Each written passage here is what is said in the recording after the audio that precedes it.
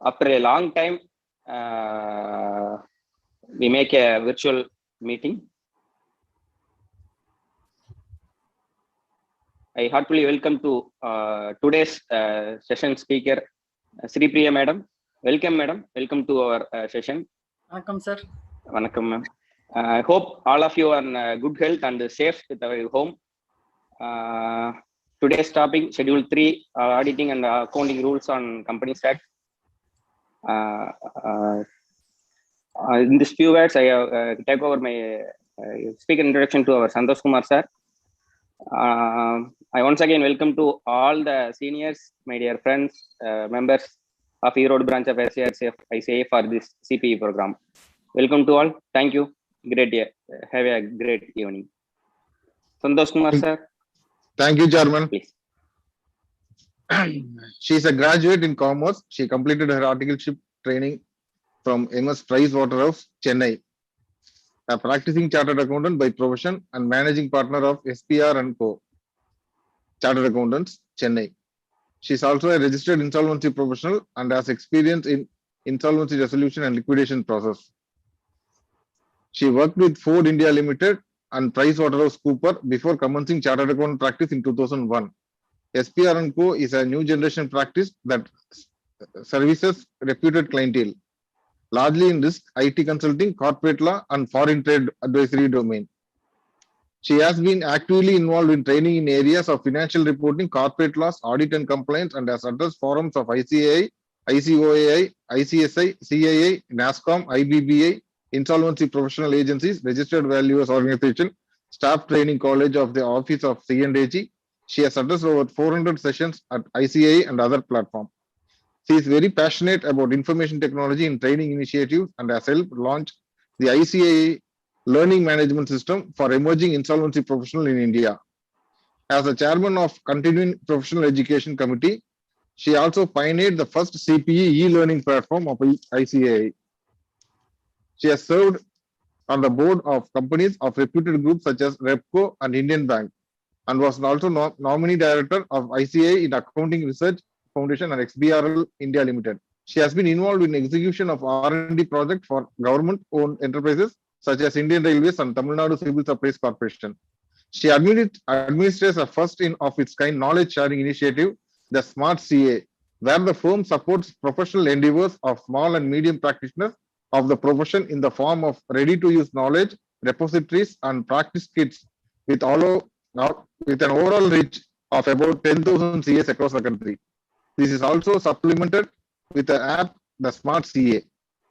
She was a member of Southern Indian Regional Council for the term 2016 and served on the apex body, the Central Council of member to occupy this position in the history of the institute.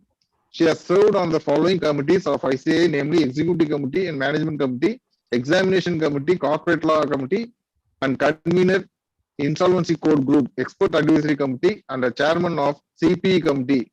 Was instrumental in enabling a web-based CPE learning system for ICAI. She was nominated by ICAI to participate in MCA Committee for drafting the corporate insolvency resolution process regulations to the code. With these few words, I am very much honored to introduce today's speaker, Sripriya Kumar, to this audience.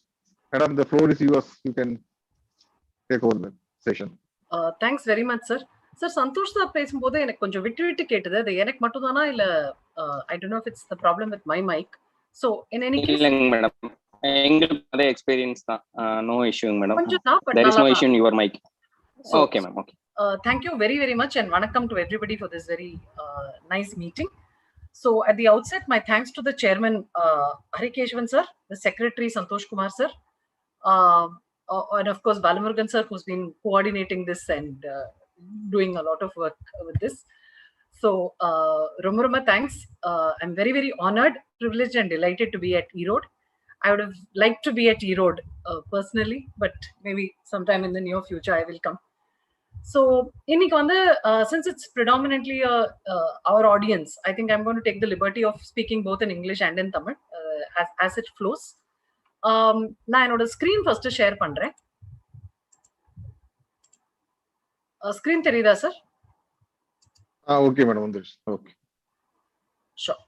So, and at the outset, my prayers for those who are recovering and those who are healthy and safe. We should just stay that way. I heard it's quite bad in this Congo belt, Salem Tirupuri road and all that. So kindly take care. So despite the pandemic, in fact, we've moved into this virtual mode in a big way. We've suddenly become comfortable. Drop box, any desk, we've become very useful. And I think even the clients are now realizing that it's okay to work offline, which I think is a big boon for those in the smaller towns and cities also, because today a client no longer expects a physical auditor presence. So today, sitting somewhere even in Tirunelveli, Thoothukudi, or in Erode or in Salem, it's quite possible to service a client in Bombay. The location has gone out of the client's mind, which is possibly the only good thing that's happened because of Corona. So what are we going to see? We're going to talk about all the big amendments to this Companies Act. Or 1.5 hours, I think, will be more than enough. I'll try and compress it virivirane pannalam, because it's the subject is such that it's very contextual. Idhan provision, idhan change. So what we'll go through is the accounts rules change, the auditors rules change, Schedule 3 amendments, CARO amendments. So first of all, idu ellame vandu next year ku dhaan. 21, 22 accounts, which we will be doing in 22, audit and finalization, etc. So that much is very, very clear. Nothing is for the current year's accounts.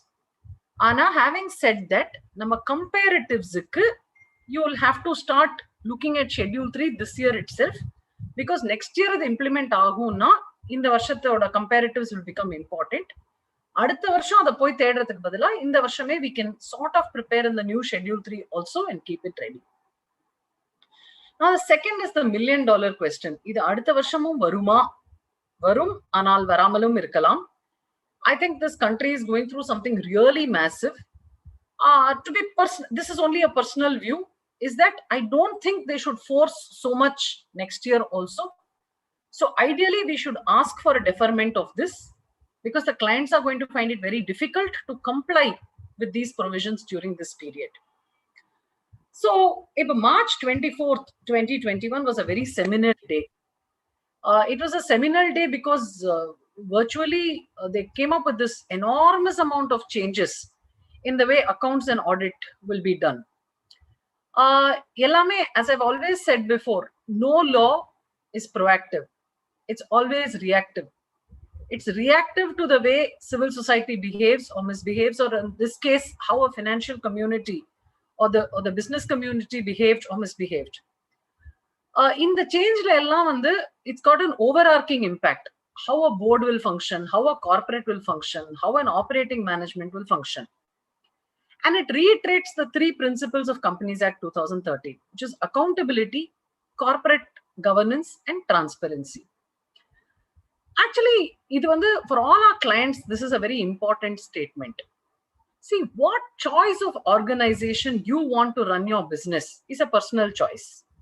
இன்னைக்கு நான் ஒரு proprietor இருக்கலாம், ஒரு AOP இருக்கலாம், ஒரு BOI இருக்கலாம், ஒரு trust இருக்கலாம். Of course, trust can't carry on a business, but you can be a partnership firm, you can be an LLP.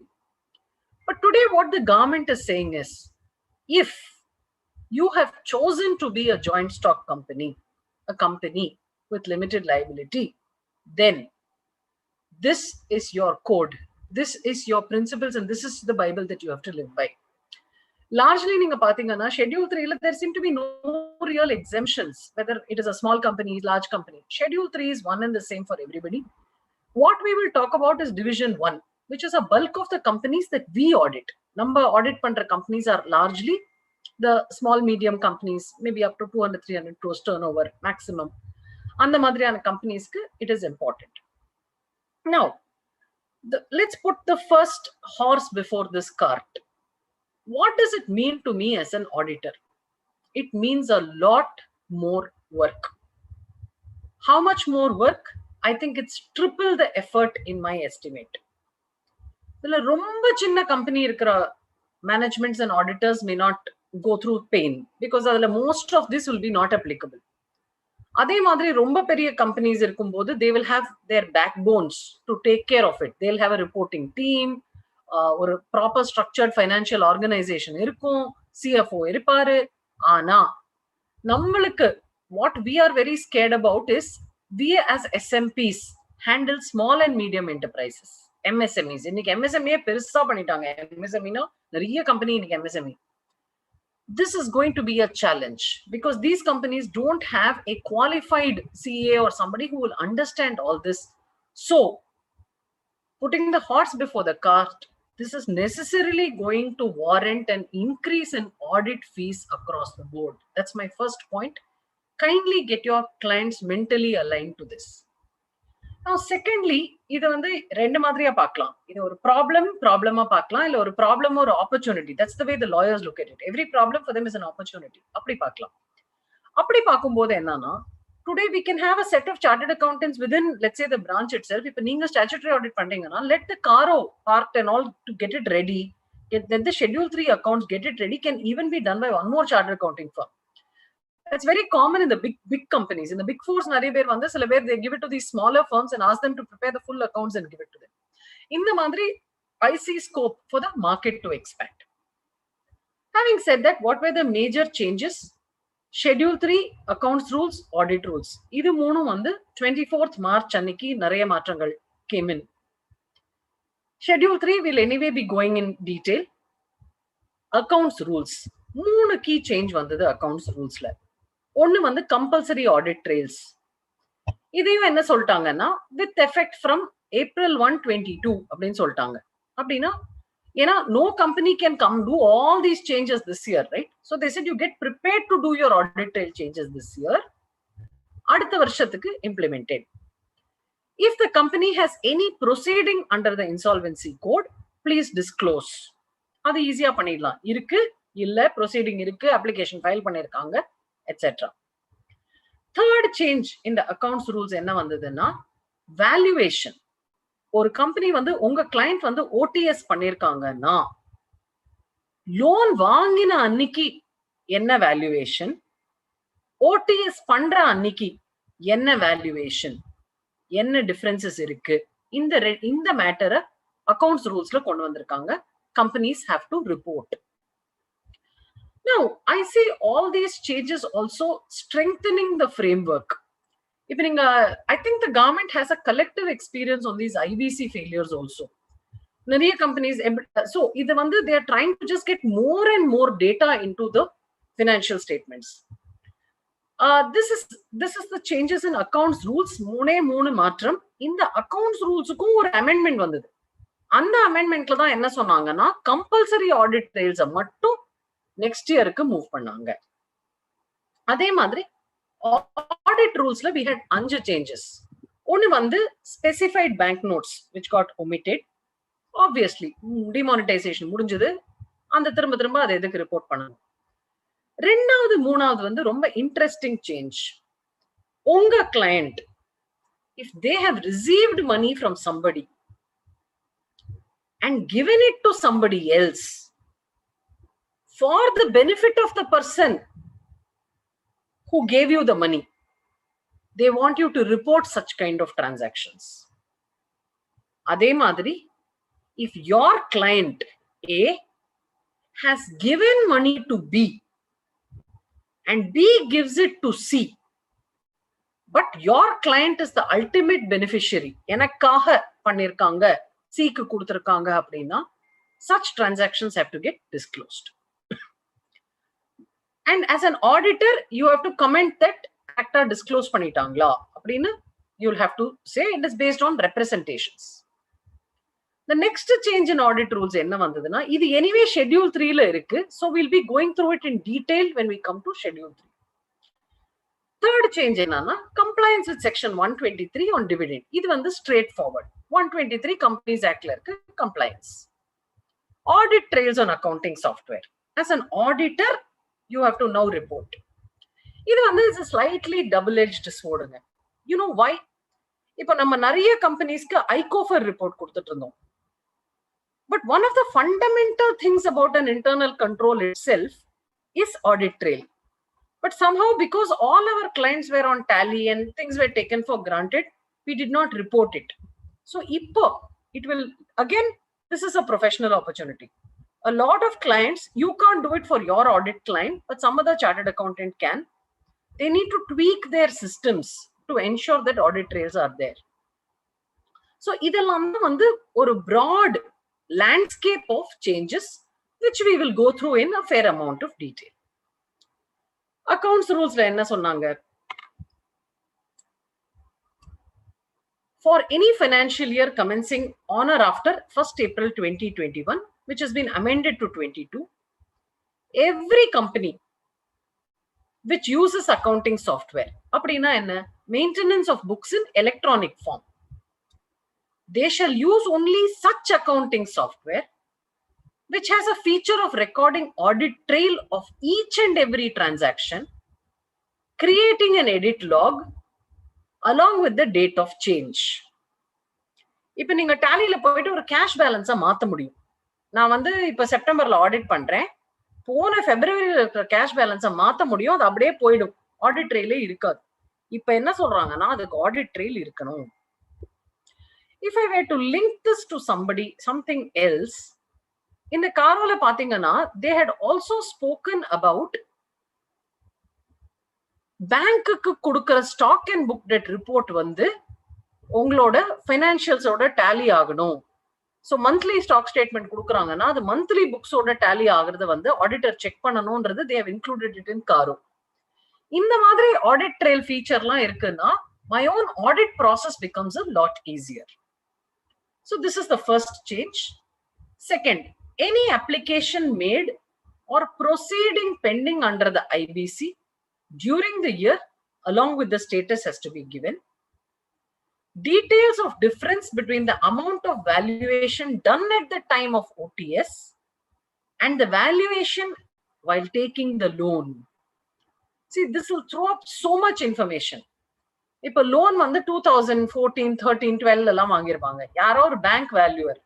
I have actually seen this in one case. திருநெல்வேலியில ஒரு land வந்து 20 கோடின்னு value போட்டிருந்தாங்க. இன்னைக்கு ஐபிசிக்கு வந்து அது 2 லட்சம் ரூபாய் தான் பர் ஏக்கரே வருது, 10 ஏக்கர் 20 லட்சம் ரூபாய் தான் இருக்கு. இது வந்து ஓடிஎஸ் ப்ராசஸ்ல போச்சுன்னா then the government wants to know, the MCA wants to know what this is all about. So இதெல்லாம் changes in the accounts rules. மூணு மாற்றம். ஒன்னு specifically deferred. Audit trails. இப்போ இந்த audit trail மட்டும் தான் it'll impact our client right away. I think it's a big area to help a client, provided it's a professional service. இப்போ நம்ம client வந்து ஸ்டாண்டர்ட் அப்ளிகேஷன் யூஸ் பண்ணலாம், Tally அந்த மாதிரி. கஸ்டமைஸ்ட் அப்ளிகேஷன், அவங்களே ஹோம் க்ரோன் இஆர்பி அப்படின்றது ரொம்ப common. இப்போ நிறைய டெக்ஸ்டைல் கம்பெனிஸ் எல்லாம் ஹோம் க்ரோன் இஆர்பியில இருப்பாங்க, ரொம்ப நாளா அதே இஆர்பியில இருப்பாங்க. அங்க நீங்க பாத்தீங்கன்னா user ID change, profile creation, SAP எல்லாம் வரதுக்கு முன்னாடில இருந்து அதை வச்சுட்டு இருந்திருப்பாங்க. அந்த மாதிரி கேசஸ்ல எல்லாம் you as an auditor have a responsibility. See how it can be worked out. Bespoke software, ஏதாவது ஹைபீரியன் அப்படின்னு ஒன்று ரிப்போர்ட்டிங்க்கு யூஸ் பண்ணலாம். அந்த மாதிரி எது பண்ணாலுமே if it forms big books of accounts, then you need to have an audit trail. இதுல ரொம்ப இன்ட்ரெஸ்டிங்கா பார்க்கணும்னா நிறைய கிளைண்ட் நம்மள வந்து பிக்ஸட் அசெட் ரெஜிஸ்டர் வந்து சாஃப்ட்வேர்ல வச்சுக்க மாட்டாங்க. இதெல்லாம் ஒரு டேலியில வச்சிருப்பாங்க. சாரி, டேலியில வந்து பிளாக் மட்டும் இருக்கும், அக்கௌண்ட் இருக்கும், டிப்ரிசியேஷன் அக்கௌண்ட் இருக்கும். ஆனா அதனோட கரஸ்பாண்டிங் பிரேக்கப் வந்து எக்ஸெல்ல இருக்கும். அப்படி எக்ஸெல்ல இருக்கும்போது how will you check audit trails? இருக்கு, you can build spreadsheet controls etc, but அதெல்லாம் வந்து next level of Excel operation. Having said that, இதெல்லாமே so நீங்க வந்து இதுக்கு if you have to go through, you have to understand what is the accounting system, what are the various books of accounts, what is the change it's going to bring about, who is going to do the change. இப்போ உங்க கிளையண்ட்டுக்கு வந்து 100 கோடி fixed asset இருக்கு, அந்த 100 கோடி actually 70 கோடி ஒரு term loan இருக்குன்னு வச்சுக்கோங்க, then Excel fixed asset register maintain பண்றது could be a bit of a challenge, you need to take care. இப்போ audit trailனா என்ன? இப்போ நான் ஒரு voucher பாஸ் பண்றேன், அந்த voucher ரிவர்ஸ் பண்ணும்போது நான் ஒரு JV பாஸ் பண்றேன். That is not a change actually. That is you are reversing a transaction through a voucher. இப்ப நான் வந்து சேல்ஸ் டு டெட்டார்ஸ் பண்ணிட்டு திரும்ப டெட்டார்ஸ் டு சேல்ஸ்னு ஒரு என்ட்ரி பண்றேன். That is a JV. Now on the contrary, இப்ப நீங்க போய் கேஷை delete பண்றீங்க, ஒரு வவுச்சர் அமௌண்ட்டை மாத்துறீங்க. இப்ப உங்க கேஷியர் இல்ல உங்க பேங்க் ரெசீட் போடும்போது 1 lakh 1 போடுறதுக்கு பதிலா 10 lakh 1 போட்டுடுறாரு. இது எப்ப நீங்க கண்டுபிடிக்கிறீங்க? பேங்க் ஸ்டேட்மெண்ட் வரும்போது கண்டுபிடிச்சு அங்க வவுச்சர்லயே மாத்திடுறீங்க.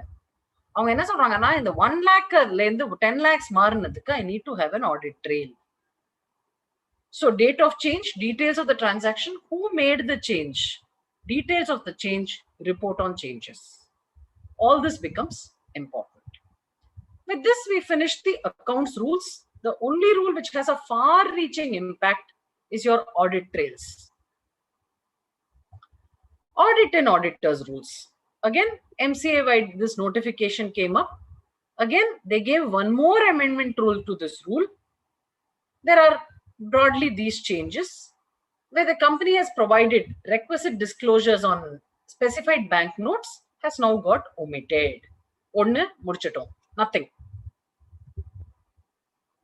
ரெண்டாவது இது, this is point number 2.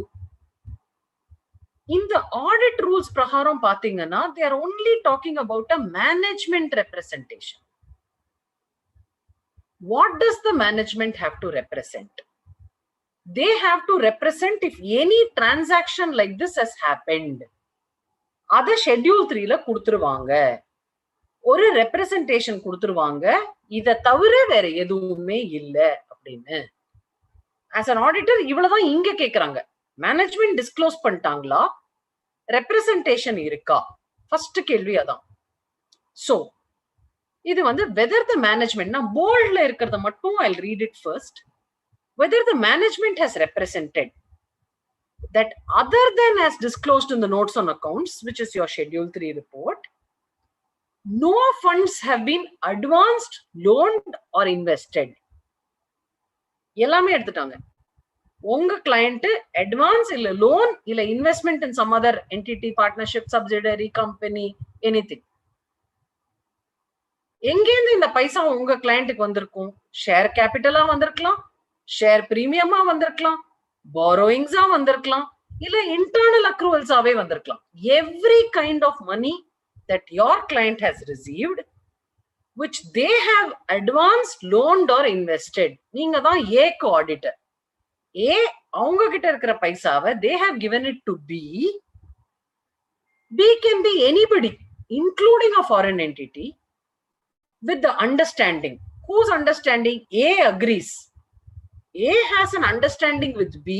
It need not even be in writing, express or implied, that B the intermediary, will directly or indirectly lend or invest in any other person, which is C. So A gives funds to B, B transfers funds to C, C is identified by my client A for the ultimate benefit of A, or provide any guarantee, security or like on behalf of ultimate beneficiaries. So idellame vandu, this is, they want to just understand how corporate funds are getting routed. Idhula vandu நம்ம client vandu வேற யாருக்கோ கொடுக்கிற பைசா is what is discussed in this particular clause. Second vandu reverse. Whether the management has represented, management representation, that there is no other transaction of this type other than has been given in the notes on accounts. What is that transaction? So நான் தான் B கம்பெனிக்கு இப்ப auditor, உங்க client B.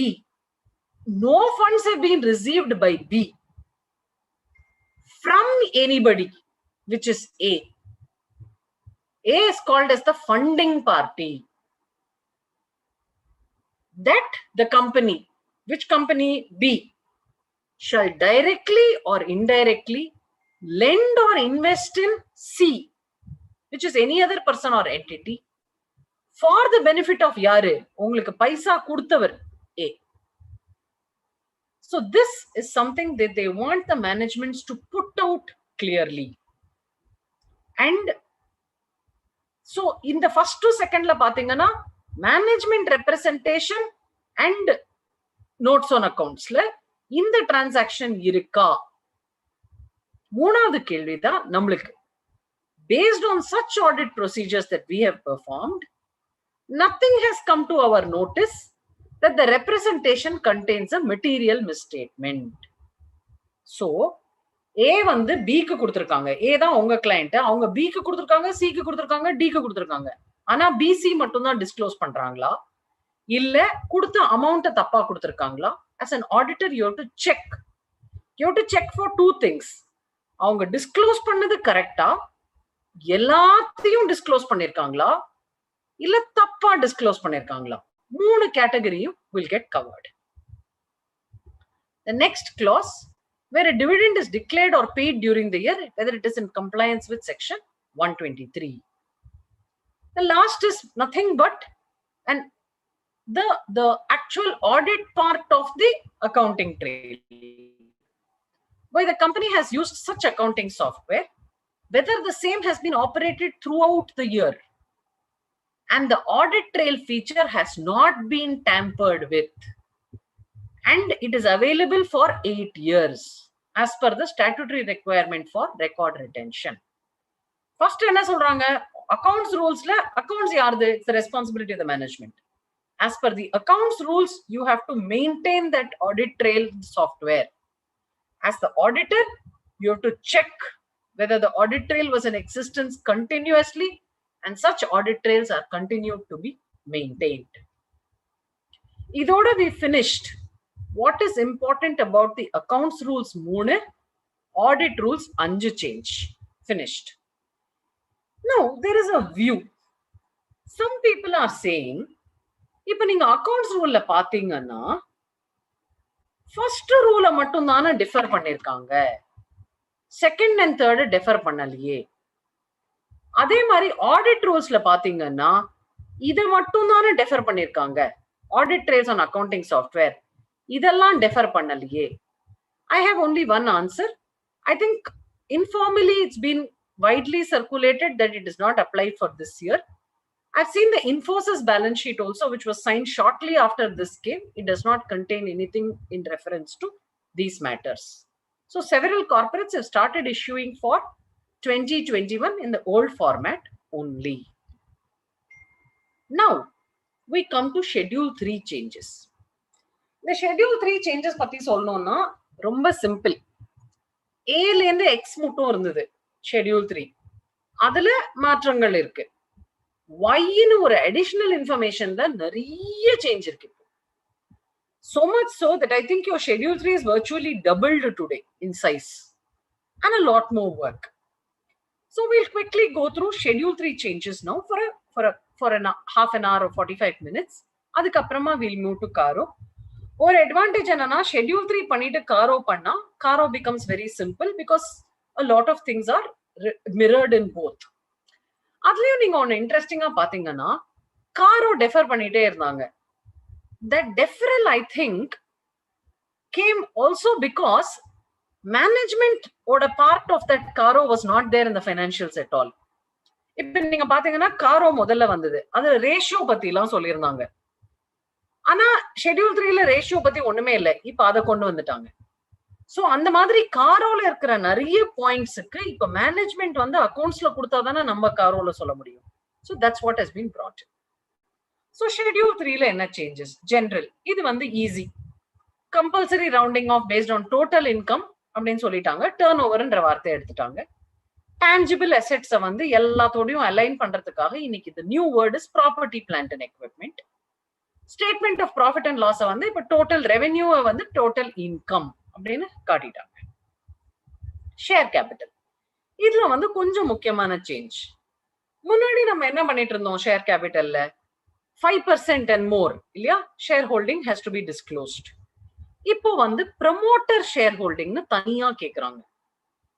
ப்ரமோட்டர்னா யாரு? Usually a person connected with the formation or management of the company. Section 2 subsection 69 or something defines a promoter.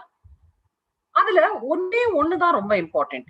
இதெல்லாம் easy. Promoter name, number of shares, percentage of shares, percentage change during the year. each class of shares க்கு செப்பரேட்டா கொடுக்கணும். அவர் preference வச்சிருந்தாருனா கொடுக்கணும், equity share வச்சிருந்தாருனா கொடுக்கணும், every டைப்புக்கு கொடுக்கணும், no problem. இதுல வந்து if I were to focus, I will only focus on this promoter name. யாரு promoter? Any person on whose instructions the board is accustomed to act is also a promoter. So இதுக்கு நம்ம client கிட்ட இருந்து representation வாங்குறது better. யாரு promoter? In a lot of enterprises worldwide, not only in India, you will find that that particular gentleman or lady will have no paper relation. எங்கேயுமே இருக்காது அவரோட பேரு.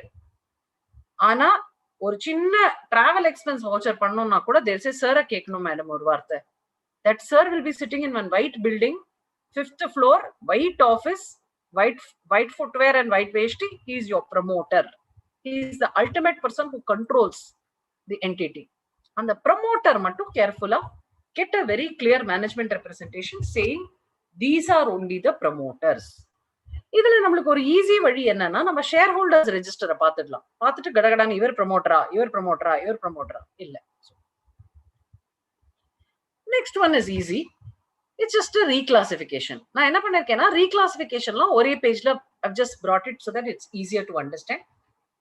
கரண்ட் மெச்சூரிட்டி நீங்க முன்னாடி நம்ம என்ன பண்ணிட்டு இருந்தோம்னா பேங்க் borrowings எல்லாம் வந்து current maturity of long term டெட்டை வந்து அதர் கரண்ட் லைபிலிட்டிஸ்ல காட்டுவோம். இட் வாஸ் நாட் இல்லையா? It makes a logical sense to put it under short term borrowings. இப்போ அத வந்து short term borrowings க்கு reclassify பண்ணிட்டாங்க. அவ்வளவுதான் change. Next one, very important. இதுல வந்து I just want to share one small insight. இந்த ILFS நடக்கிற மட்டும் audit was always about solvency. Is my client solvent? Are my assets sufficient to meet my liabilities? Somehow after ILFS came, the debate and discourse completely changed to liquidity. I see ஒரு பெரிய overhang on that on all the changes that have been made. இன்னொரு interesting இது என்னன்னா முன்னெல்லாம் நம்மளுக்கு ஒரு trial balance இருக்கும், ஒரு ஷெட்யூல் 3 இருக்கும்.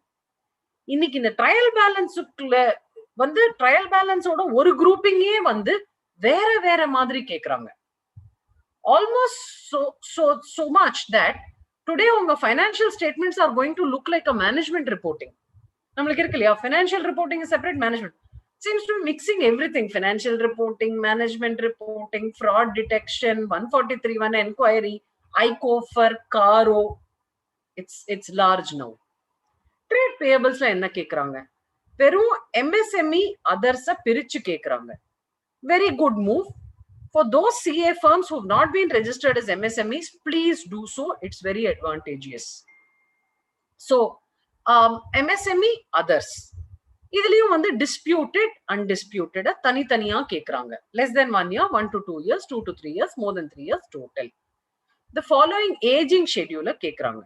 Okay, fine. இதுக்கு நான் என்ன பண்ணணும்? என்னோட client trial balance இந்த வருஷமே எடுத்துட்டு பக்கத்துலயே போயிட்டு MSME நான் MSME போடணும்.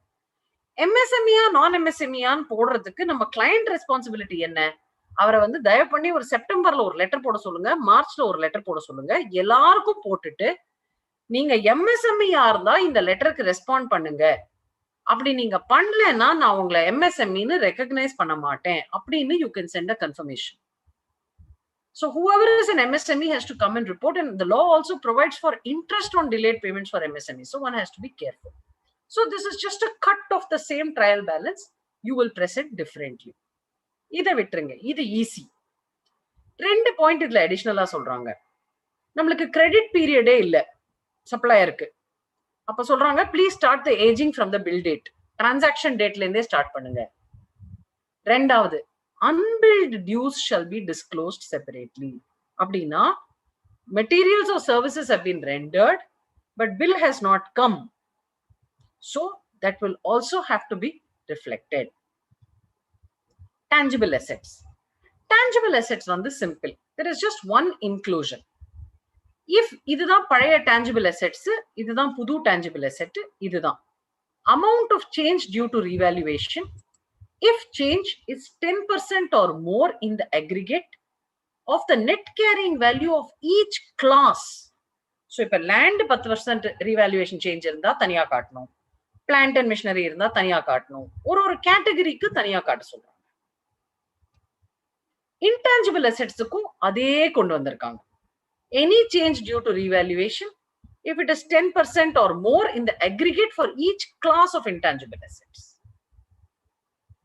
Next one is simple reclassification. A reclassification which is done in order. Long-term loans and advances. Security deposit was never a loan or an advance, correct? Yena in the loan and advance la kaatratla there were other challenges also in terms of your 73 compliance alla. So இப்போ என்ன பண்ணிட்டாங்கன்னா security deposit long term loans and அட்வான்சஸ்ல omit பண்ணிட்டு other current அசெட்ஸ்ல கொண்டு வந்துட்டாங்க. That's the ரீக்ளாசிஃபிகேஷன்.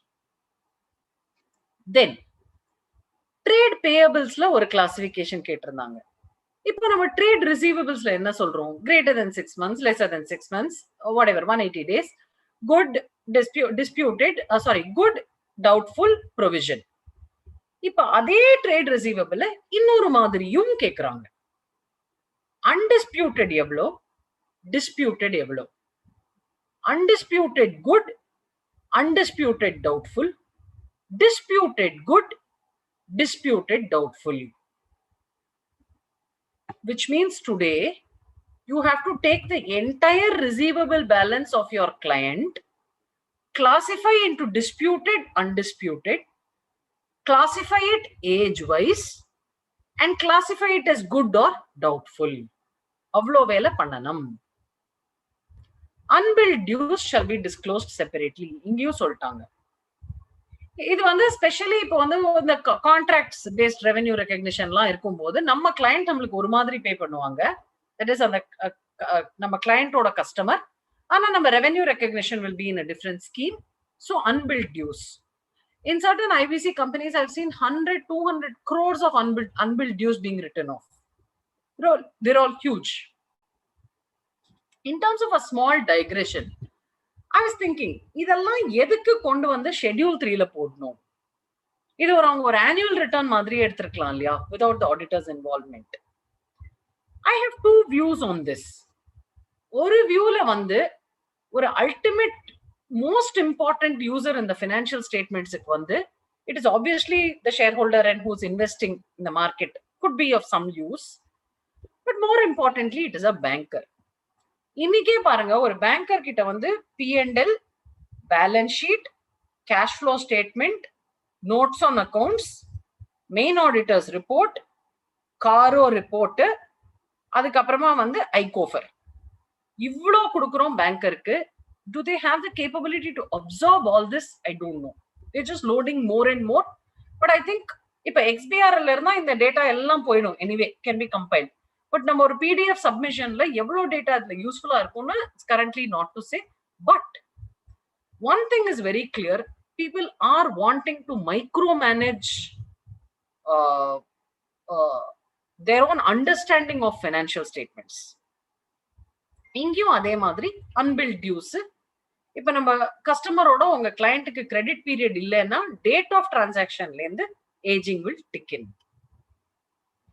Same thing in trade receivables. One was other non-current assets, current assets, bank borrowings. Very pointed question. முன்னெல்லாம் நம்ம CAROல கேட்போம், ஷார்ட் டேர்ம் லாங் டேர்ம்க்கு யூஸ் பண்ணீங்களா? So client will say, sir இது உங்க ஆடிட் ப்ரொசீஜர், நீங்களே கண்டுபிடிச்சுக்கோங்க. இப்போ அழகா இங்க Schedule 3ல கேக்குறாங்க, where the company has not used the borrowings from banks and financial institutions for the specific purpose for which it was taken as at balance sheet date, company shall disclose the details of where they have been used. If நீங்க பாருங்க, we are auditing நம்ம true and fair க்கு what is the ultimate meaning? That my financial statements that I have audited are free from material misrepresentation is the first point. Second point வந்து it is in accordance with the applicable reporting framework, which is your Schedule 3. இங்க as an auditor, when you are saying it's true and fair, you are also auditing this clause. What does this mean? Easiest way இதுக்கு என்னன்னா, bank statement review will become very important.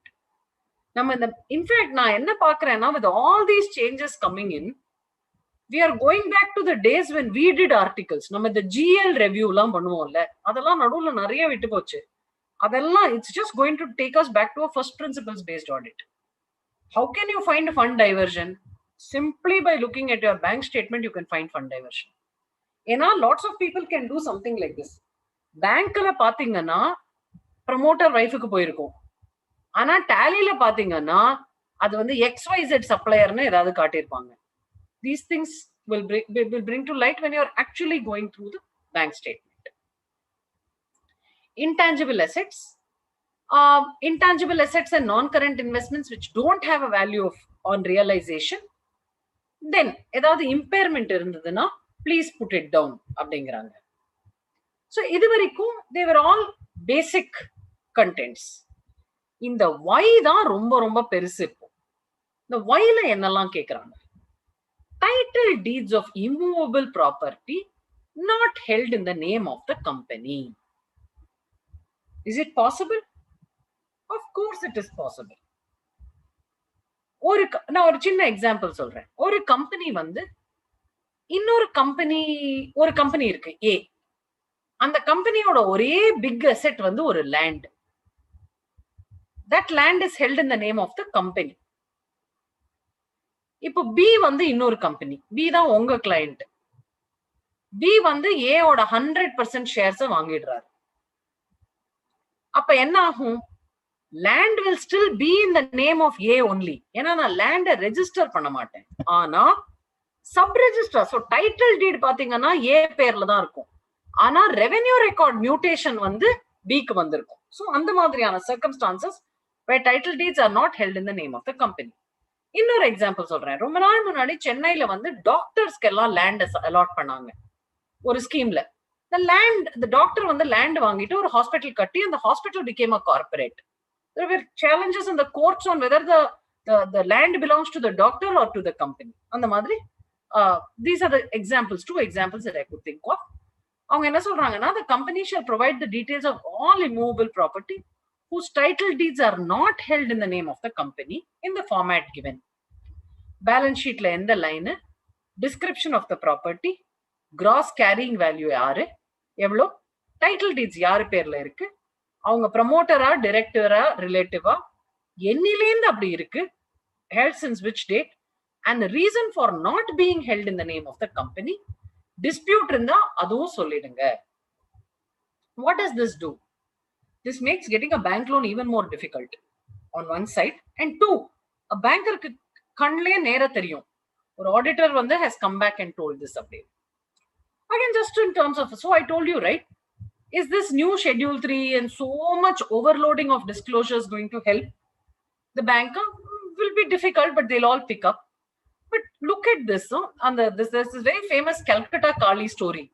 So apparently this Kali was trying to kill this demon called Rakta Bija, and every time she would kill, on the blood vidumbodhu more and more demons would come. So I think, and then finally Parvati will be summoned, and then they drink up the blood. I feel the government is in a very exasperated situation where you had bank failures, where you had regulatory failures, where you had rating failures. I feel finally they are saying, if at all we can trust somebody, it's only this community, so let us overload them or load them. For me, I think it's a matter of professional pride to see my audit report number of items getting increased, because ultimately we've been the last bastions of cornerstones of trust and integrity in this country. Whatever little mistakes that may have happened from the auditor's side, I think it's primarily because we may have just been a little casual. I would neither attribute it to negligence and most certainly not to collusion. We are the single element in this entire ecosystem that I don't think has ever attempted to collude. See, judgment errors are possible. And when I say this for the fraternity across, except in the case of certain very large corporate frauds, which I'm not getting into. Next question. Why the company? But having said that, I want to add a rider. Yes, the fee levels must increase. Next, where the company has revalued its property, plant and equipment, the company shall disclose as to whether the revaluation is based on a valuation by a registered valuer. So நீங்க பாத்தீங்கன்னா இந்த registered valuer வரதுக்கு முன்னாடி யார் வேல்யூவரா இருந்தாங்க? இந்த bank panel valuer அப்படின்னு. Uniformly it would be 10,000, 15,000 rupees fees, and we had enormous amount of valuation reports. The government wants to curtail that. They're saying, okay, they've created a new profession called registered valuers, and they report to IBBI. They are registered under IBBI, and this is absolutely aligned with section 247 of the Companies Act. எங்கெல்லாம் companies ஆக்ட்ல valuation பண்ணணுமோ அது இந்த மாதிரி registered valuer மட்டுமே பண்ண முடியும். This is another interesting one. See, company will take 50 crores loan. They will give 30 crores to a group company. அந்த group company போய் இதே பேங்க் கிட்ட இந்த 30 கோடியை வச்சு இன்னொரு 30 கோடி கடன் வாங்குவாங்க. It's not very uncommon. I mean, lots of movement of funds to promoters, directors, KMPs, related parties இவங்கெல்லாம். ஸோ இன்னைக்கு கவர்மெண்ட் என்ன சொல்றாங்கன்னா, எனக்கு இதை டிஸ்க்ளோஸ் பண்ணு. எதை?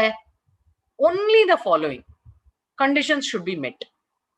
Loan or an advance must have been given by the company. What? To whom? Promoter, director, KMP, related party. Do all loans have to be disclosed? No. What are the categories of loans that need to be disclosed? Only loans which are repayable on demand or without specifying any terms or period of repayment. அப்படின்னா என்னன்னா, இதுவும் government தப்புன்னு சொல்லல, இந்த கிளாஸ்ல தப்புன்னு சொல்லல, நீங்க டிஸ்க்ளோஸ் பண்ணுன்னு தான் சொல்றாங்க. Why should you give a loan to a director repayable on demand?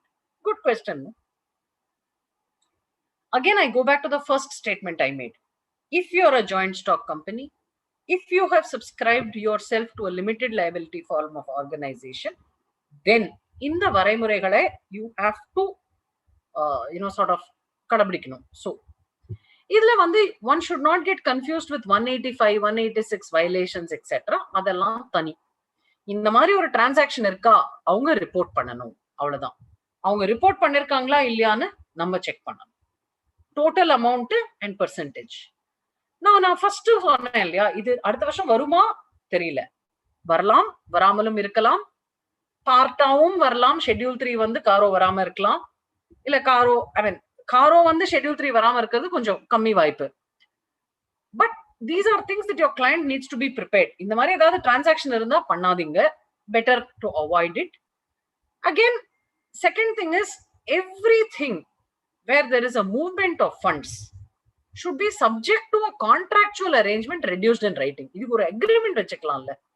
After all, ஒரு கம்பெனி ஒரு ப்ரொமோட்டர் கொடுக்குறாங்கன்னா ஒரு agreement இருக்கட்டும், let it be clearly defined and it should not be prejudicial.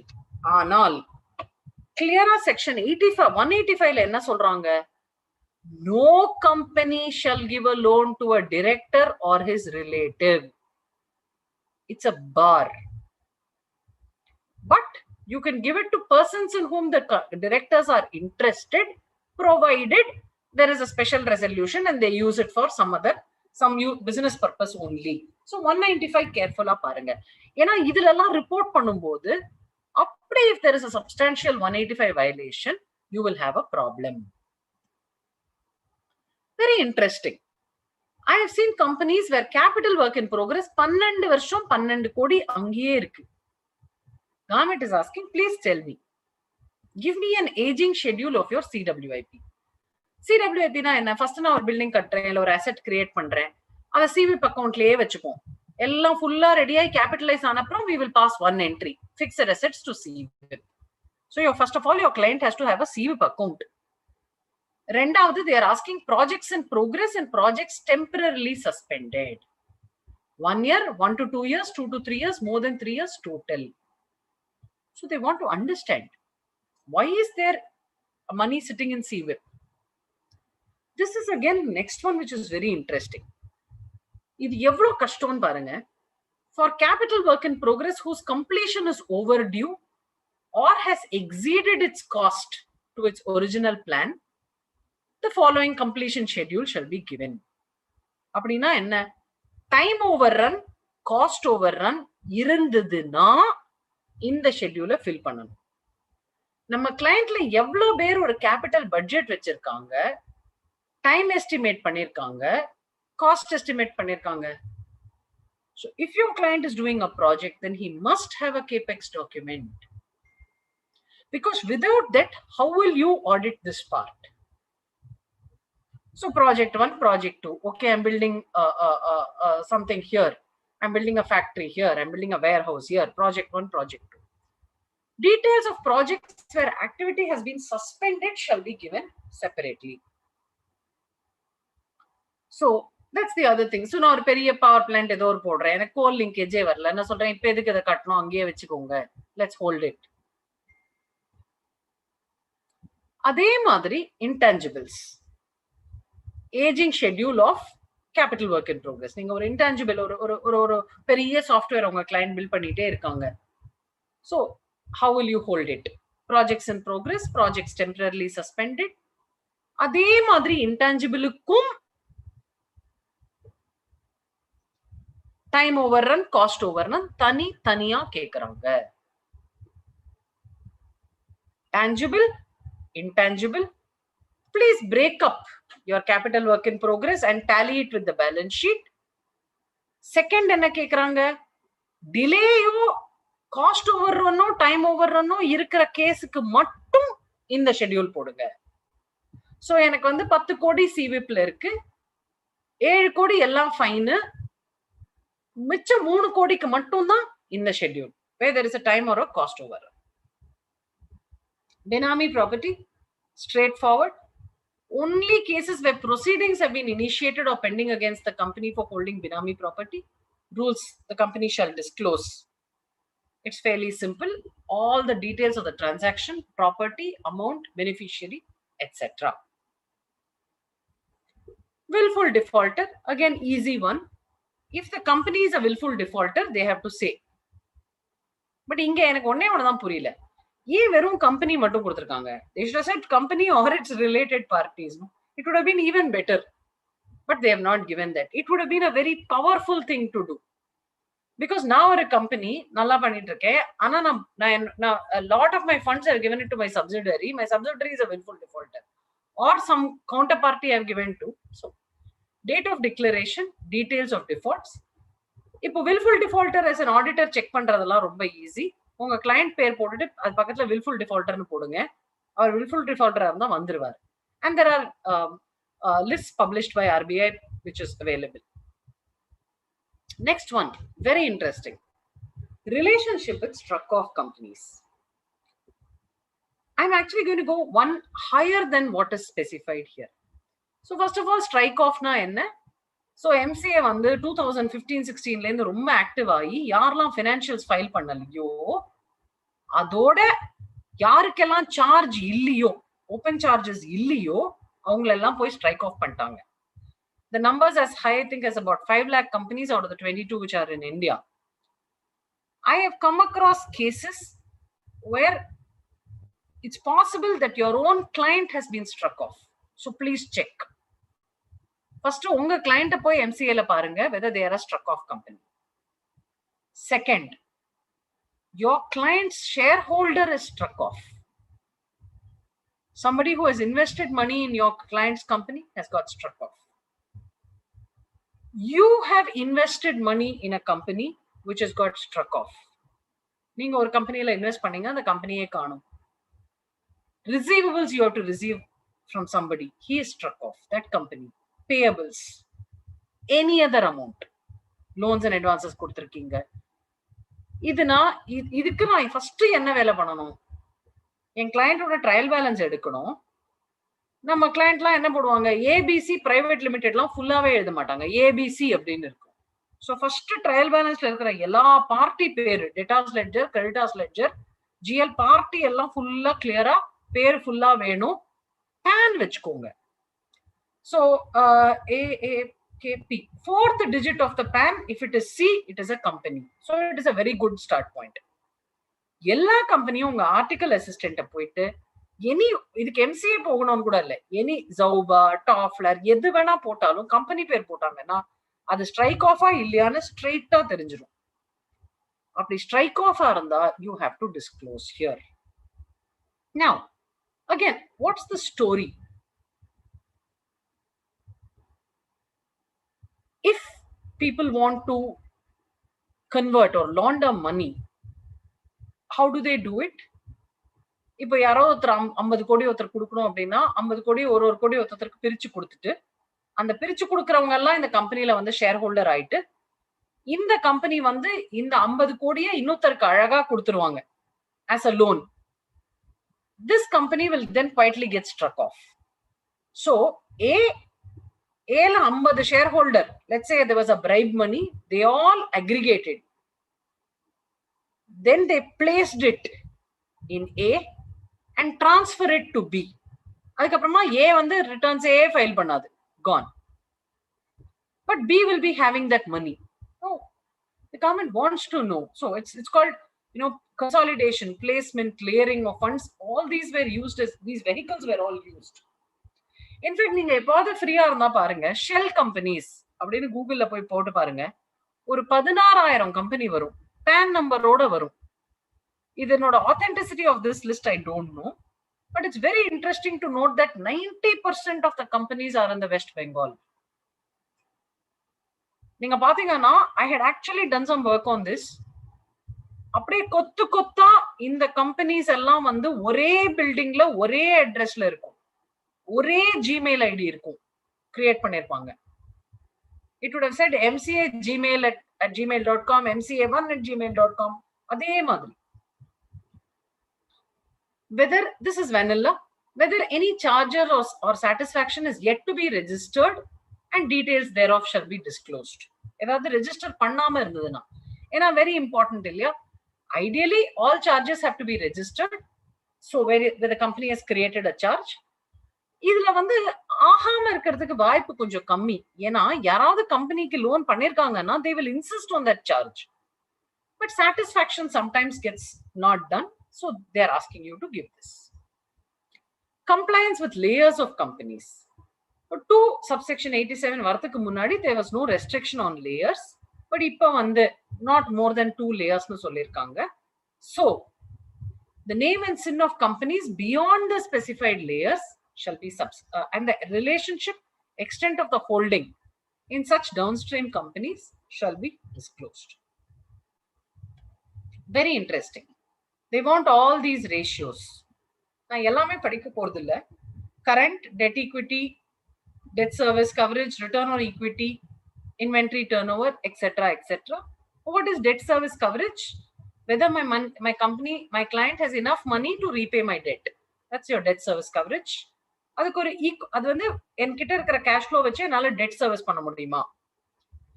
இதுல வந்து 2 parts are there. One is simple.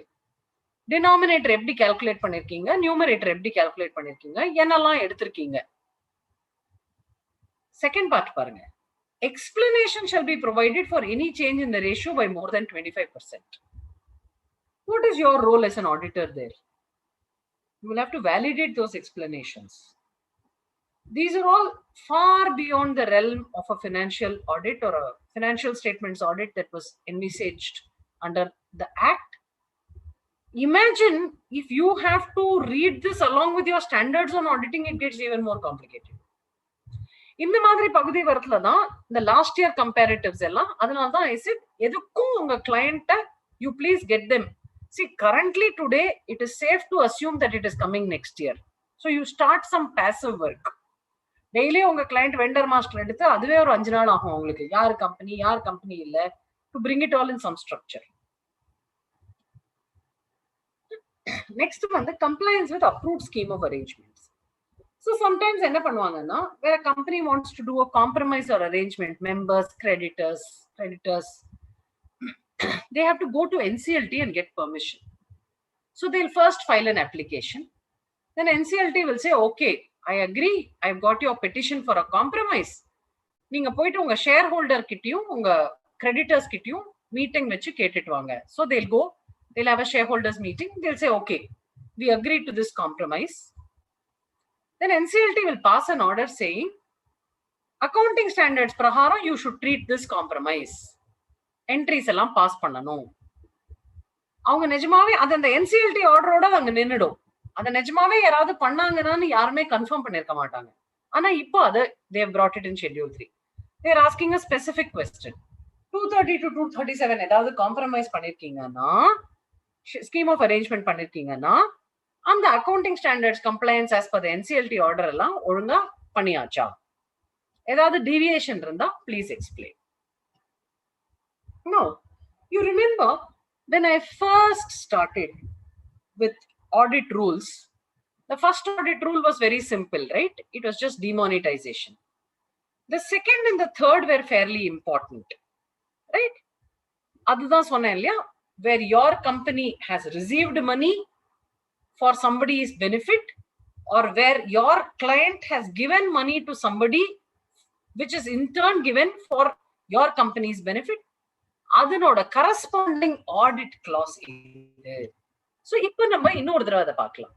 Where the company has advanced or loaned or invested funds to any other person with the understanding, so A is my client, they've given it to B, B is called as the intermediary, with the understanding that B will directly or indirectly lend or invest to others, which is C, on behalf of me, which is A. I am the ultimate beneficiary. அங்க சொன்னதோட audit part இங்க இருக்கு. ஆனா அங்க சொன்னதுல இந்த கடைசி paragraph இல்லை. Declaration that relevant provisions of FEMA Companies Act have been complied with for such transactions. Okay. So the company shall disclose the following. As an auditor, whatever they are disclosing, you have to check also. Amount of fund advanced or loaned, further advanced, that is நான் Bக்கு எவ்வளவு கொடுத்தேன், B வந்து வேற யாருக்கு கொடுத்தாருன்ற டீடைலும் நான் எழுதணும், date and amount of fund further advanced or loaned or invested by such intermediaries to other intermediaries, and declaration that FEMA and Companies Act has been complied with. So திரும்ப வந்து 185 188 கேட்டுட்டே இருக்காங்க. So it becomes important. 70 for the receiving company 73 ல இது attract ஆகாது, ஏன்னா intercorporate deposits or intercorporate movement of funds don't come under deposit regulations. அதே மாதிரி the second side, I told you, right? Your company has received money from somebody else, and on the instruction of that somebody else, they have given money to somebody for the ultimate benefit of the person who gave your client the money. This they want to bring it out. So idu vandu, in fact idella vandu we'll have to wait because institute will issue guidance. There'll be a lot more clarity. But just to tell you, இந்த மாதிரி transactions இருந்ததுன்னா it has to be reported. ஆனா உங்க client இந்த மாதிரி ஒண்ணுமே இல்ல அப்படின்னா it's our responsibility to ensure that you check and confirm. How will you do this check and confirm? Once again, I take you back to the bank statement. Go through, take a complete download of the bank statement. Sort it in descending order of value. Best.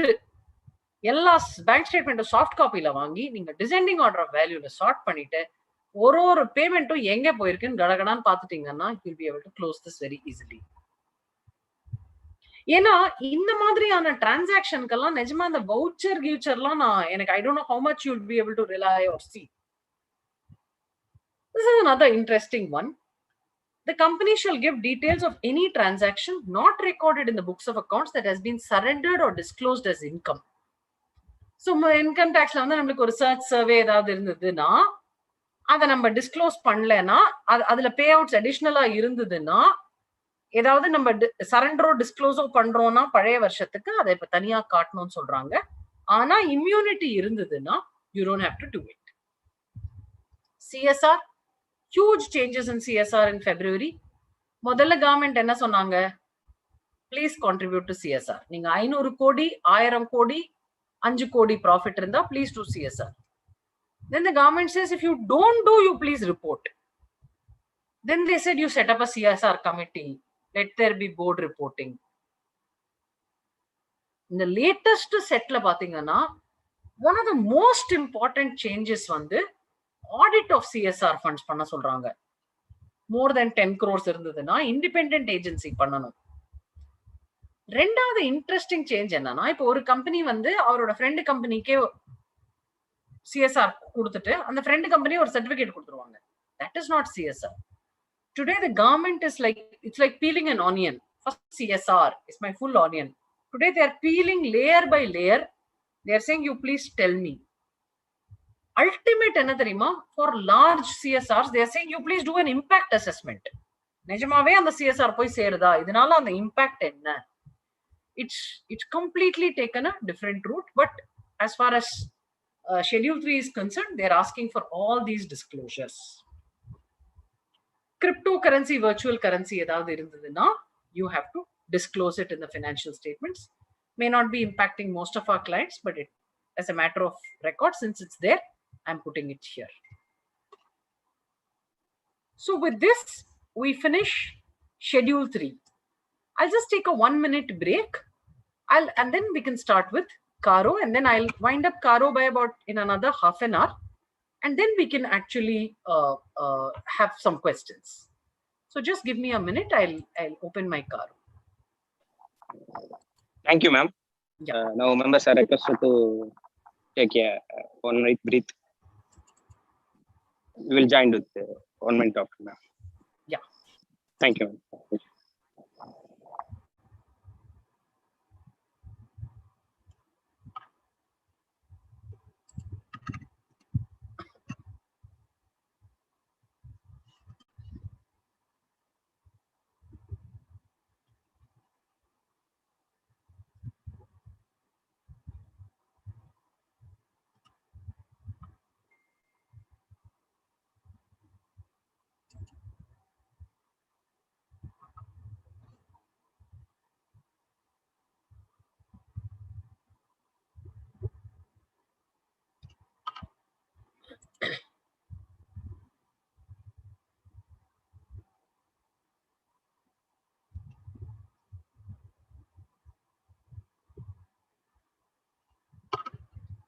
Whenever you are ready, I'm ready. So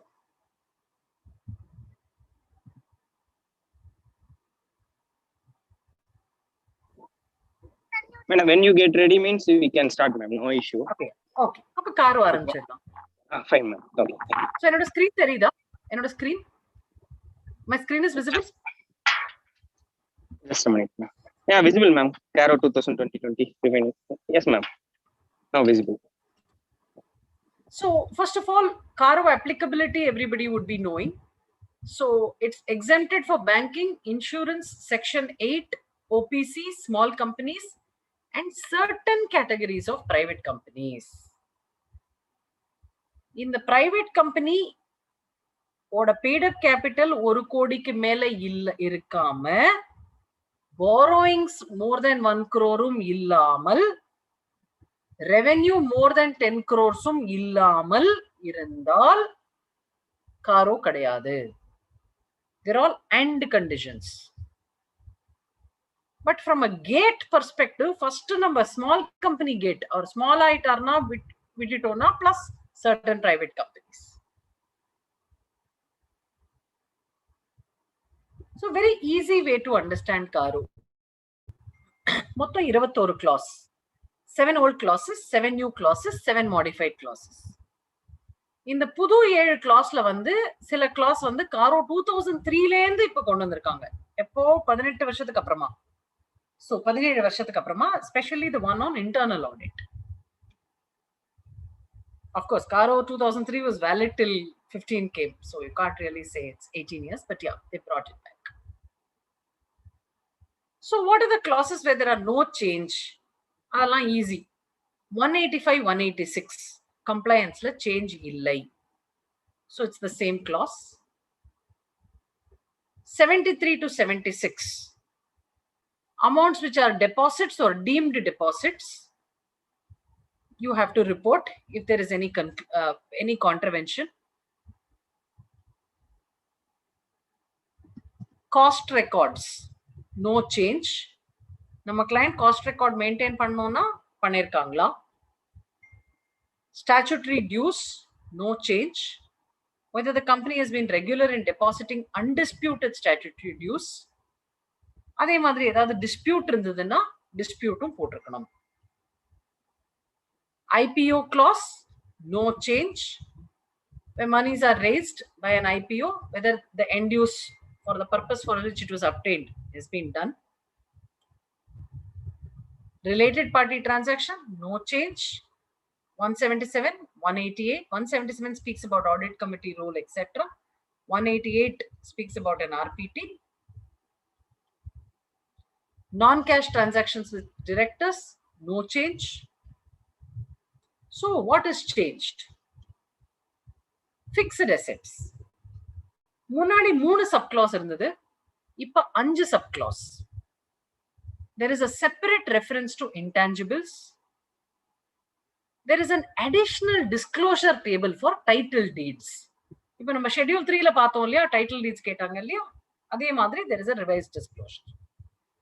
இப்போ நீங்க நான் சொன்னதுல will all fall in place now. Actually முதல்ல இந்த CARO வந்தது.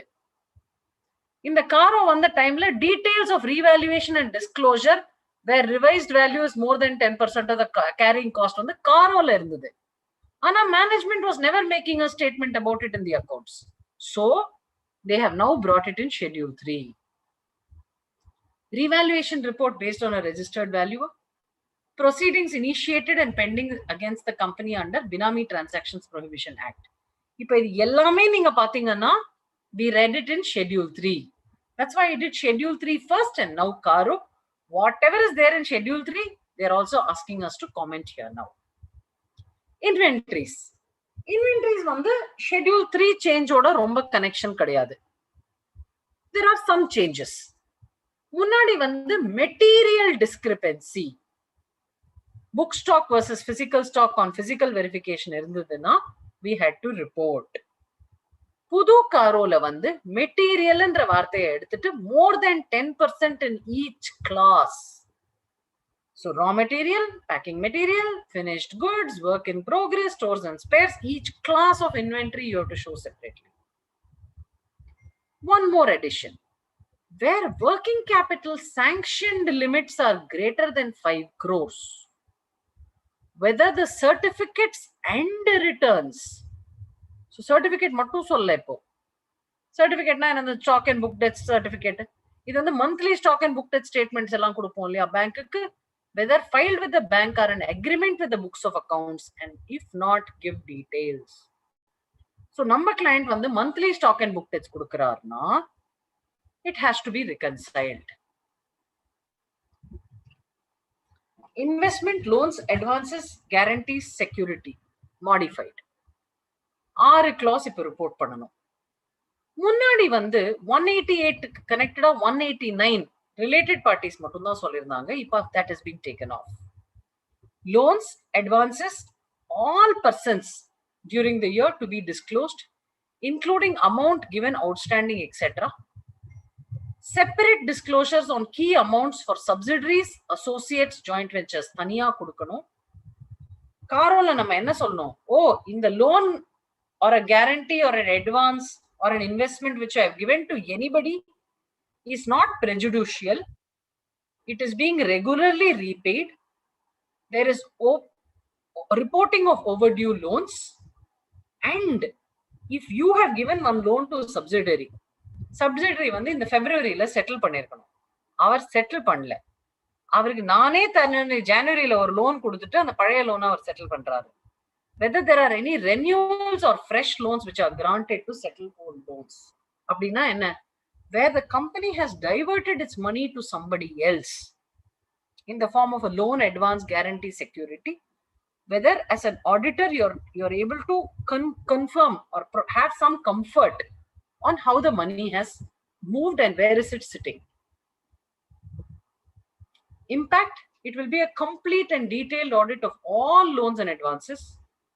Clear understanding of all payouts will help to unravel complex related party transactions, layering and round tripping of funds. Bankers will now be more aware of the extent of deployment for core business purposes rather than advances to group companies or related parties.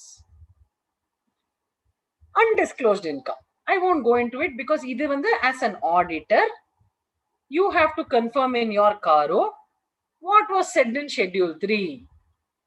Now Schedule 3 whether any transactions not recorded have been surrendered, disclosed as income, you need to report. Defaults to lenders. The specific question they are asking. Ange pathingana willful defaulter mattum dhaan ketanga. Inga whether the company has defaulted in the repayment of loans or other borrowings or in the payment of interest to any lender. Munnadi CARO la enna irundhathu, that is 16 la financial institution, bank, government or dues to debenture holders da irundhathu. Ipo any lender. If yes, the period and the amount of default to be reported in the said format. One interesting thing I want to tell you. See, there is one agency called NESL, which has been established under the IBBI, the Insolvency Code. இன்னைக்கு எல்லா financial creditors, that is lenders, banks, இந்த NESL க்கு அவங்க யாருக்கெல்லாம் கடன் கொடுத்திருக்காங்கன்னு report பண்ணணும். It's compulsory. Today, you can ask your client to go and log and confirm this in NESL. It's a big advantage. இப்போ நம்ம பேங்க் கன்ஃபர்மேஷன் வாங்குறதுக்கெல்லாம் struggle பண்றோம்ல, இப்போ NESL ல போய் பார்க்கலாம் நம்ம கிளையண்டோட data. One whole part of the balance sheet, அது ரெகுலரா பம்ப் ஆறதுனால you'll have the you'll have your principal, your interest, your security particulars. Most important in the security particulars of the loan, you'll get to have a very clear understanding. Willful defaulter, again married to CARO. Ange solranga, company will say, yes, I am a willful defaulter, or no, I am not a willful defaulter. As an auditor, you are merely confirming a fact or a statement made in Schedule 3. Application of term loans. Whether term loans were applied for the purpose for which the loans were obtained. Ana interestingly, neenga pathingana, Schedule 3 la they are using the word borrowing. Inga we are asked to report only on term loans. Second, where funds raised on short-term purposes, basis have been used for long-term purposes. So short-term na in 1 year, cash credit, etc. Does not speak of term loans obtained during the year. See, normally we like to be very nice. We like to be nice to our clients. In the varsham varliye loan, abdilam paakadinga. Term loan na balance outstanding. The beginning of the year, end of the year. It's such a generic question. Unga client 50 கோடிக்கு term loan வாங்கிருக்காங்க, ஒழுங்கா use பண்ணிருக்காங்களா? அவ்வளவுதான். End use application of funds to be reported by the auditor. Entire borrowings are now getting tracked and reported. Loans to related entities. This is a new clause. Whether the company has taken any funds from any entity or person, okay, unga client has received money. Edukku? To meet the obligation of the subsidiary, associate or joint venture. You have to report. Similarly, your client has taken a loan during the year. What is the security for that loan? It is the pledge of the shares held by your company in its subsidiary, joint venture or associate company. இப்ப நான் என்னோட client Tata shares வச்சிருக்காங்க. Tata shares pledge பண்ணி loan எடுத்தா you don't have to report here. But I am holding shares in my own subsidiary. If I have pledged such shares, you have to report. And also report if the company has defaulted in the repayment of loans. Why? It will straight hit the subsidiary's pledge. Shares will be invoked. Preferential allotment, I'm skipping. So where you've done any private placement on the 42 and 62 of the Companies Act, whether it has been complied with. Fraud reporting. Ida modify பண்ணிட்டாங்க. முன்னாடி நம்ம fraud reporting பண்ணணும். அவ்வளவுதான். இப்போ pointed questions கேக்குறாங்க.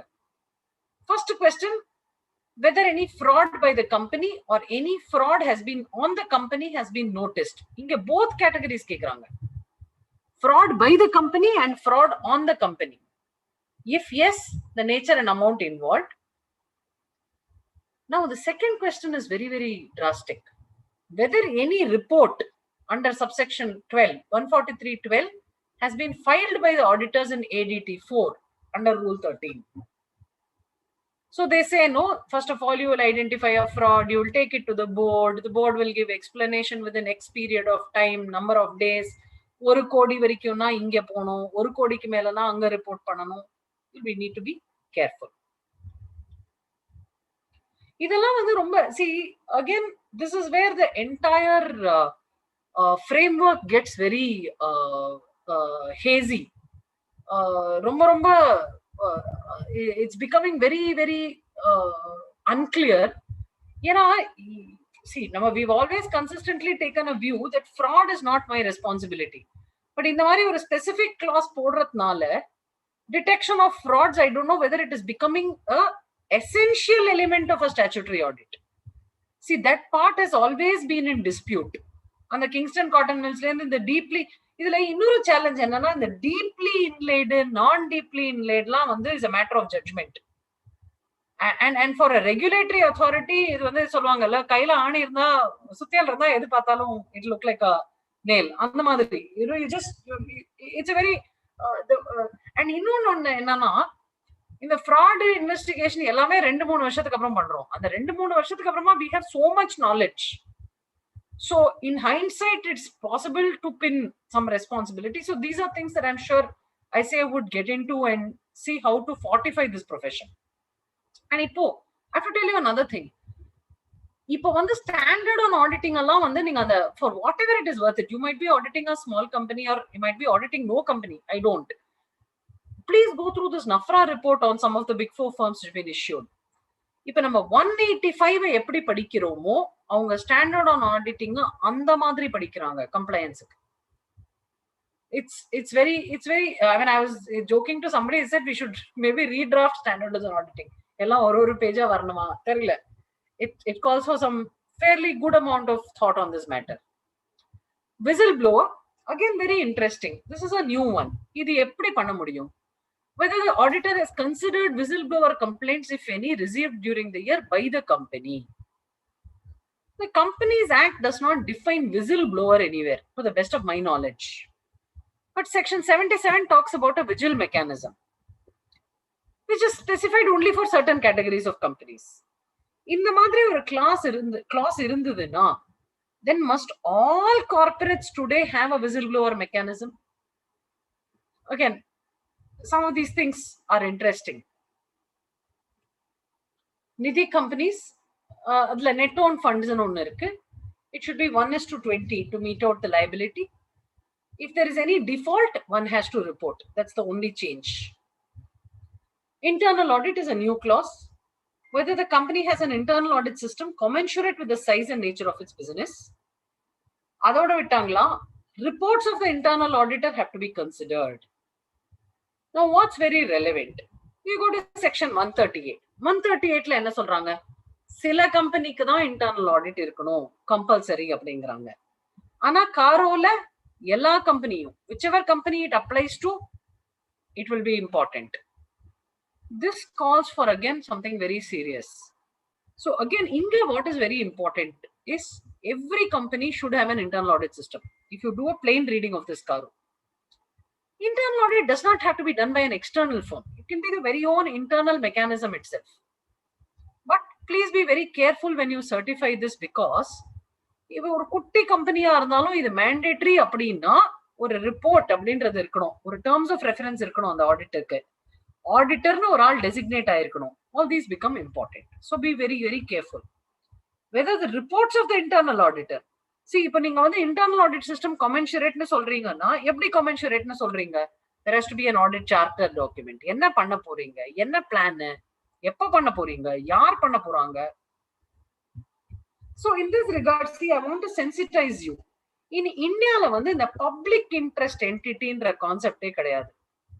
We have small company, OPC, dormant, இது companies which have to appoint independent directors. So in your mind, you have to understand whether your client is a public interest entity or not. If our husband and wife, architects, they formed a company, they have 10 employees, they are doing 10 crores turnover, no bank borrowings, nothing, it's closely held. In the Mari company, you can take it a little softer. I mean, it's okay, inherently lower risk. But if your company has taken any bank loan, Your client has a large number of employees. Your client has taken loans and advances from various people. Then you have to be very, very careful on how you audit. So it's very important. Now, either the 45 IA was already, slightly modified in terms of certificate of registration. Any non-banking financial or housing finance activities without a valid certificate of registration. இந்த collective investment ஸ்கீம்லாம் பண்ணுவாங்கல்ல, அதெல்லாம் ரொம்ப கேர்ஃபுல்லா இருக்கணும். இப்போ உங்க client இருக்காரு, so அவர் ஒரு ஜுவல்லரி ஸ்கீம் போடுறாங்கன்னு வச்சுக்கோங்க. If it's more than 12 months, it becomes a deposit, which is why everybody is carefully doing under 12 months. So your client is a jewelry company. So let's say they are taking deposit, they are taking this schemes. அந்த மாதிரி டைம்ல இந்த violation will become very important. இந்த மாதிரி schemes and இதுக்கு ஒரு நல்ல test என்னன்னா, ஸோ நம்ம நிறைய கேஸ்ல கேஷ் ஃப்ளோ ஸ்டேட்மெண்ட் தேவையில்லை. பட் நம்ம எல்லா கிளைண்ட்டுக்குமே கேஷ் ஃப்ளோ போட்டு பாத்தீங்கன்னா, if your investment income is more than your operating income, you have to be careful. Correct? So where your financing activities, where your financing activities is greater than your operating income, then you must examine 45 IA and see where your client is getting the money from. Where the company has incurred cash losses in the financial year, state the amount of cash loss. Resignation. Okay, last year ஒரு நிறைய firm நிறைய கம்பெனில இருந்து resign பண்ணாங்க. So obviously there had to be a as I started in the beginning by saying that every law is reactive. When something goes wrong, we bring something into the law. Resignation of statutory auditor. See, another thing I want our profession to feel fortified. See, நீங்க ஒண்ணே யோசிச்சு பாருங்க, உங்களுக்கு 5 years appointment. Take a stance, take a bold stance. You don't have to be difficult to a client, but you have to establish benchmarks and rules to a client. And இன்னொன்னு இன்னைக்கு again when I speak for the fraternity. See, it is us first here. Everybody comes after us. So as an auditor, I will look at my interest, my safety, my risk first. Because I am a professional and I am doing my job very sincerely. So they have fortified it by giving us a 5-year appointment. If some client asks you to resign, refuse to resign. You should say, why should I resign? If you're asked to wrongly resign, adhe madri, where somebody has resigned and you're getting an auditor, think 10 times before you accept the audit. Why did he resign? Now the law has again enabled it. There has to be a handshake between the retiring and the incoming auditor. Whether the auditor has taken into consideration issues, objections, or concerns raised by the outgoing auditor. When I read this, I actually thought about it. நம்ம ஏன் இதை நம்ம professional எத்திக்ஸ்ல as a ICAI நம்ம ஏன் கொண்டு வரல? நம்ம after all we only kept asking for an NOC, correct? So some of this is also in that sense a learning for ICAI. See, however old as an organization we are, unless we are very open to correcting our mistakes and learning, I think this is a brilliant thing that we should have thought of. இப்ப NOC கொடுக்கும் போதே let him say இதெல்லாம் தான் என்னோட audit issues, makes it even more better. This is a next one. Short-term solvency. On the basis of financial, since I have time, I'll wind up in a few minutes. See how it is worded and how difficult it is. On the basis of financial ratios, aging, expected date of realization of financial assets and payment of financial liabilities, other information accompanying the financial statements. இதுக்கு தான் அங்க அந்த டப்பா எல்லாம் கொடுத்தாங்க.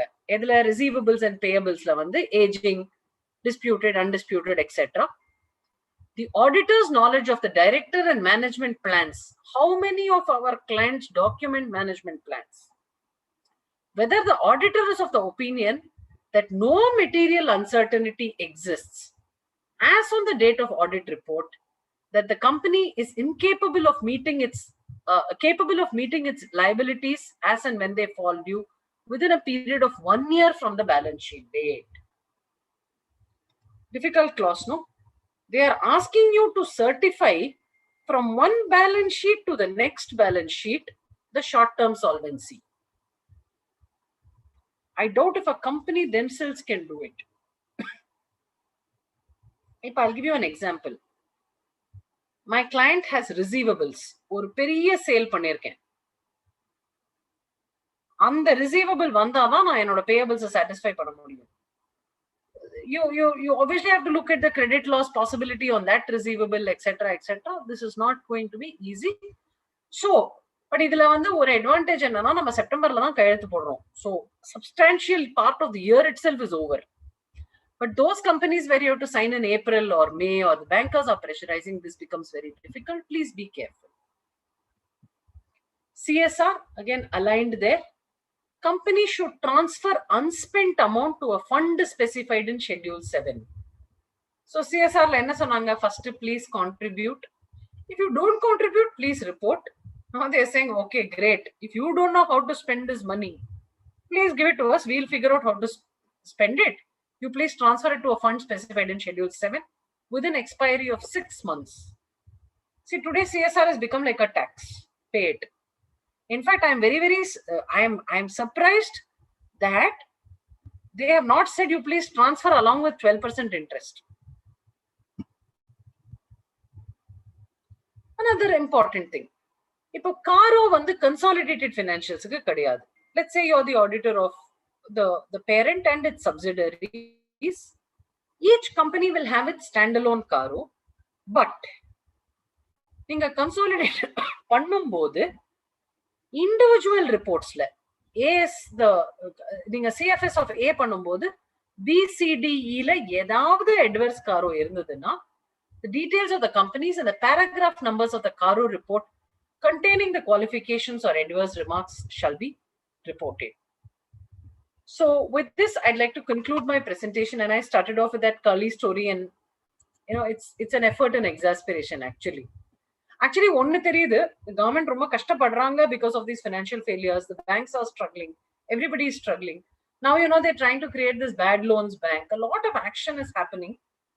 And, in the CARO, I think both the Schedule 3 and CARO changes are very meaningful. Forget the fact for a moment whether it is easy for an auditor or not. Other than the second part. These will most certainly deliver changes. And it actually fortifies the auditor, and I think somewhere along the line malfeasance has to stop. So with this, I'd like to conclude my presentation, and if there are any questions, I'll be very happy to take it. Thank you, ma'am. Thank you. Members are here requested to any queries is there, kindly unmute yourself and raise a question or put a chat box.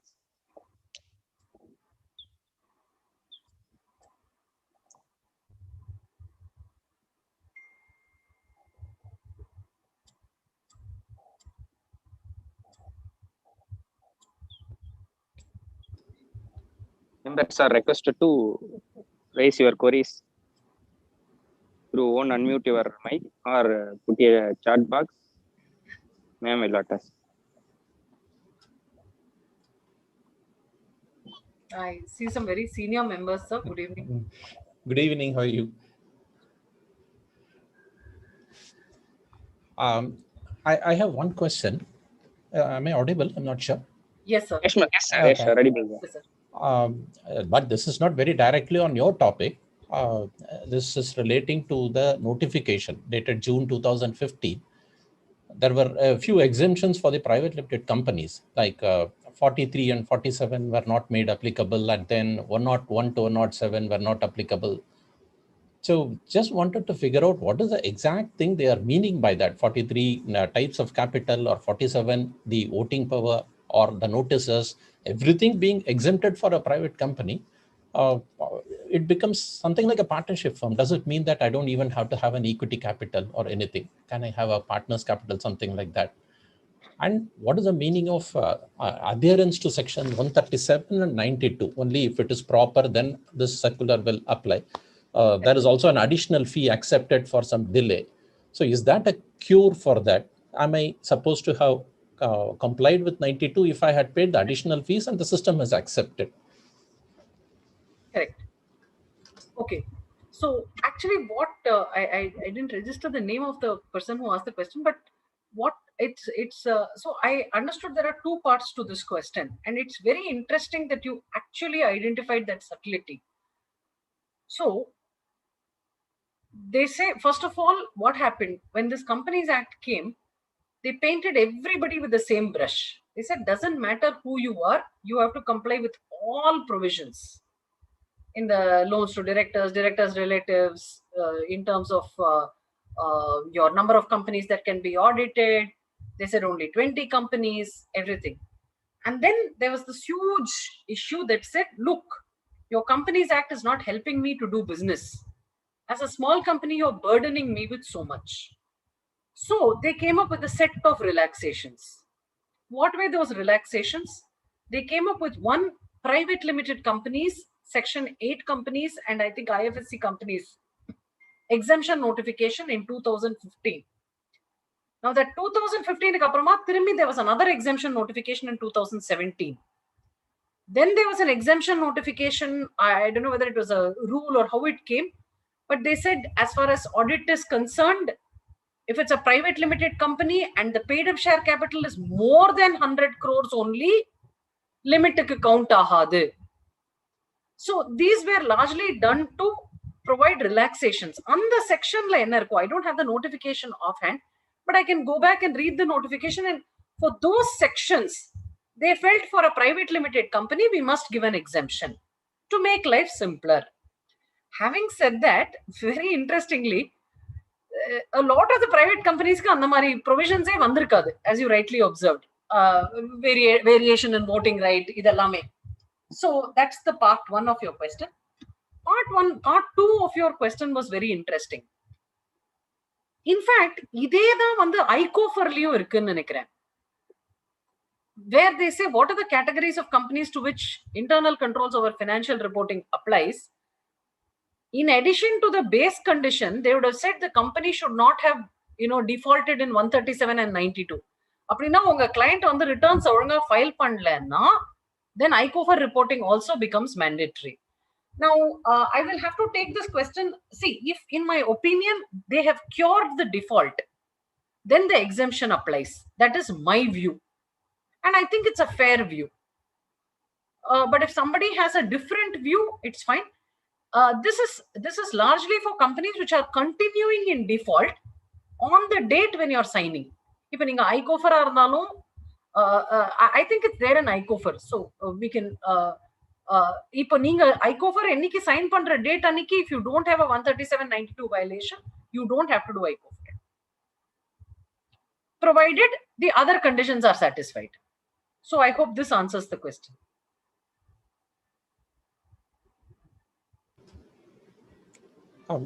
This is Jairam, earlier raised pannadu. I also wanted to know what is the exact benefit 43 and 47 exempt pandrathu moolama. What is the benefit the companies are getting? 43 says no two types of capital. It is about two types of capital, equity and preference. Now you remove that section applicability to private companies. What does it really mean to a company? What are the conditions associated with 43 we need to see, sir? Can I check this offline and come back? Okay. See, all right. So normally when they do an exemption, 43 there would be conditions associated with 43. Okay. So largely these exemptions attach themselves to the compliance conditions attached with those sections. If, for example, just like your deposit, the deposit rules were exemptions on they say idella deposit illa. So the condition of 73 compliance on credit rating, etc., does not attach itself to this category. That's my view. I'll definitely read 43 and I'll come to you offline, sir. Okay. Thank you. Thank you, ma'am. Thank you, Jairam, sir. Any other queries? Hope there is no question, ma'am. I think so. Thank you. Thank you very much. Thank you, ma'am. Thank you for your elaboration. I herewith request our Secretary, sir, deliver a vote of thanks. Secretary, sir.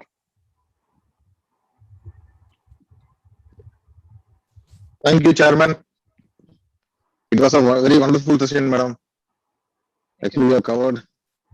It was a neat presentation also. Thank you for that. I, on behalf of the management committee of the Erode branch of the SIRC of ICAI, express my deep gratitude to today's speaker, Sripriya ji, who accepted our invitation and made a detailed and a wonderful presentation of all the amendments in the Companies Act that will be impacting our profession in auditing of companies.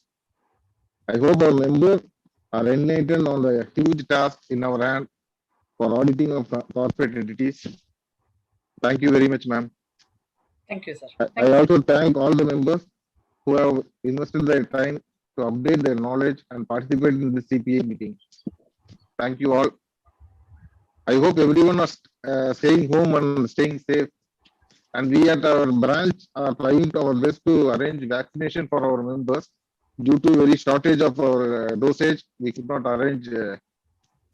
So we are in the process of arranging vaccination. So after this lockdown, we'll be making some camp will be arranged. We are trying to do that. So till then, everyone stay home, stay safe. Thank you all. Thank you. Thank you, sir. Thank you. Thank you, ma'am. Thank you all.